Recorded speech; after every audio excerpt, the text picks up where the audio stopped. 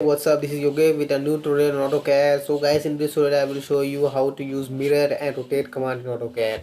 So guys, first of all, rotate command is very useful in AutoCAD to rotate the object in a particular angle or any specified degree. So guys, let's start. First of all, I will show you the rotate command.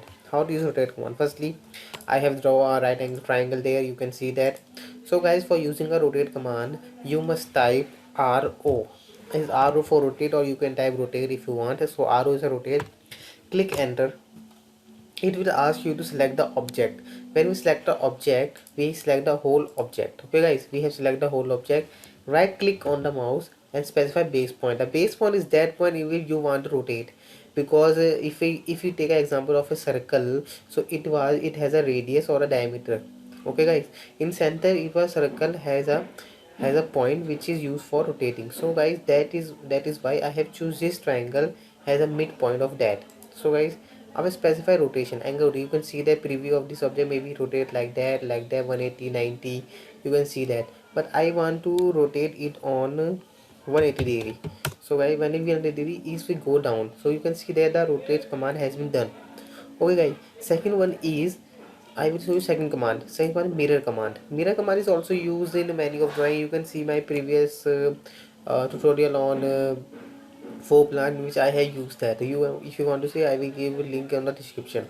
So when we want to use a mirror command, the mirror command is used to make a mirror image of that object in a particular distance. Okay guys, so I use mirror. For using mirror, you must type mi for mirror, or you can type mirror if you want. So click enter. Select object. I have selected this object.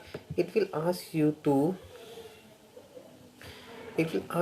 specify the mirror first point line. So I have choose that, or you can see that this is a mirror. You can see that I have choose the big that point, so it was going for a equal distance. So it is a if you want to erase that object, I don't want to. So the distance from there and distance from there is always equal. If you want to see that, we choose the dimensions. We can choose that dimensions.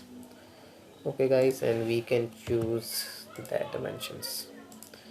Okay guys, so you can see that 5.1705 5.1705, so it is an equal distance between the two objects. So guys, why we use mirror command? So guys, thanks for watching. I hope you like it. Please rate, comment, subscribe. If you had any questions, so please comment below, or you can ask me by my email, or you can join me on Facebook.